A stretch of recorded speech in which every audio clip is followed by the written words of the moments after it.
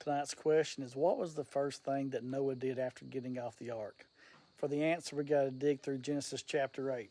So you've got the rain that's already fallen, the judgment has already come, but now we're about to see that God don't forget his people. Even in the storm, even when the whole world's underwater, God remembers mercy. So in Genesis 8, verse 1, you have the turning point, and it says, "But God remembered Noah and all the wild animals and livestock with him in the boat. He sent a wind to blow across the earth, and the floodwaters began to recede." But God remembered. That ain't saying he forgot like it slipped his mind. That's covenant language. It means God acted on his promise. Let that sink in. The whole world underwater, no land in sight, but grace was still in control. God didn't just send judgment, he sent a wind, and it's the same word as spirit in Hebrew. Just like in creation, the Spirit moves again, bringing order from chaos. And then in verses 2 through 5, the waters are going down. So the flood waters gradually recede from the earth after 150 days, exactly 5 months from the time the flood began. The boat came to rest on the mountains of Ararat. Now don't miss this. God didn't just blast the water away in one big miracle. He moved slowly, steadily, faithfully. The ark came to rest on Mount Ararat, and let me tell you, when God brings you through judgment, he brings you to a place of rest. In verses 6 through 12, you have the birds, and they're waiting. Noah sends out a raven and then a dove, and the first time the dove came back, but the second time it brought back an olive leaf, and the third time it didn't return. That leaf was more than a souvenir. It was a sign of life, a sign that peace was possible again. Judgment is over. Mercy had made a way. But even then, Noah didn't jump out of the boat.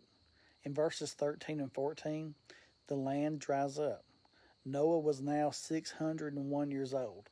On the first day of the new year, 10.5 months after the flood began, the flood waters had almost dried up from the earth.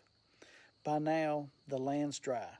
It's been over a year inside the ark, but Noah waits.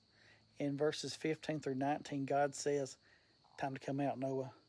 Then God said to Noah, "Leave the boat, all of you, you and your wife and your sons and their wives." Don't miss this.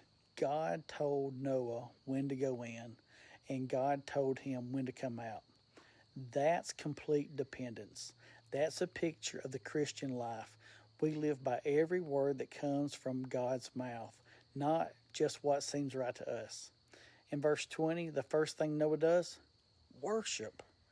Then Noah built an altar to the Lord, and there he sacrificed as burnt offerings the animals and birds that had been approved for that purpose. He didn't build a house first. He didn't dig a well. He didn't plant a garden. He built an altar. That's what the saved do. We worship, because without God's grace, Noah would have gone under with the rest of them.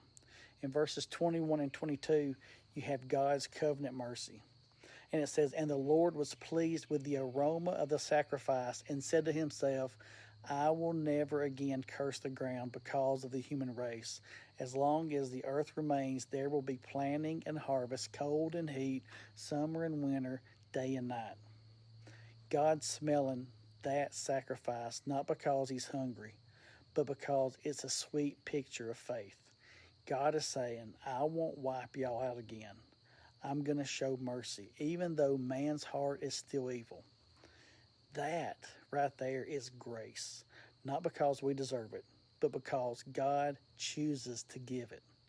So what's Genesis 8 really telling us? God remembers his people, even in judgment. Faith waits, even when the storm clears. And worship is the right response to salvation. And even though we're still sinful, God makes a promise of mercy. This whole story is shouting about Jesus. The ark, that's Jesus. He carries us through judgment. The dove, that's peace through the Spirit. And the altar, that's Christ's sacrifice. The promise, that's the covenant he sealed with his blood.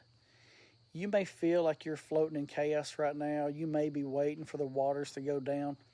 But remember this, God hasn't forgotten you. He remembers. He rescues and he restores. And when He brings you through, don't forget to worship. So keep reading your Bible and don't be dumb.